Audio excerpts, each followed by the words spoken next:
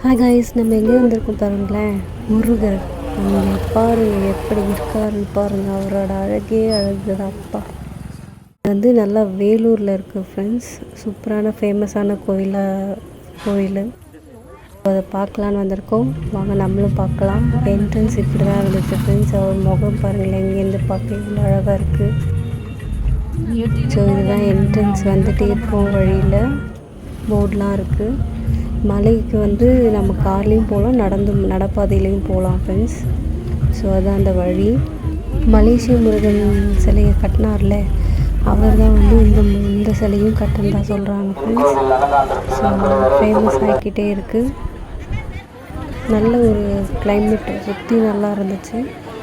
So தம்பி வந்து வீடு கட்டணும்னு ஆசைப்பட்டு வேண்டிக்கிட்டு கட்டிகிட்ருக்கான்.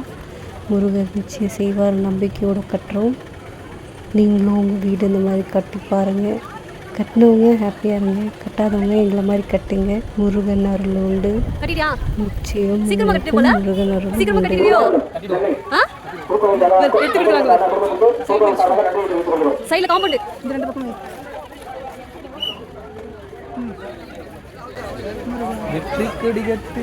மலையில விட்டு முடி விட்டு லட்சியம் விட்டு முறை விட்டு வலிக்குது, அழுதுருவேன்.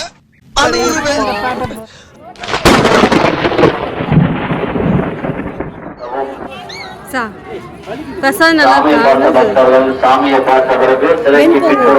எங்கம்மா நீ மட்டும் கரெக்டா எஸ்கேப் போய் பிரசாதம் வாங்குற?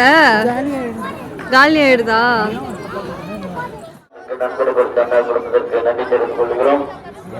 நல்லா இருக்கா? முருகர் சிலை வந்து மெயினில் இருந்துச்சு ஃப்ரெண்ட்ஸ். அப்புறம் இங்கே பக்கத்துலேயே ஒரு கோயில் இருக்குது, அதுதான் வந்து உற்சவ சிலைலாம் வச்சுருக்காங்க. கோவில் உள்ள ரொம்ப அழகாக இருந்துச்சு ஃப்ரெண்ட்ஸ், டிஃப்ரெண்ட்டாக இருந்துச்சு. நிறையா செலவு பண்ணி இந்த கோயிலுக்கு பண்ணியிருக்காங்க. நம்மளால் முடிஞ்ச முருகன் கோயிலுக்கு ஒரு 200 ரூபா கான்ட்ரிபியூஷன் பண்ணோம் ஃப்ரெண்ட்ஸ். இப்படியே பார்த்துட்டு ரொம்ப சூப்பராக இருந்துச்சு. அதுலேயும் இந்த முருகர் ரொம்ப சூப்பராக இருந்தார்.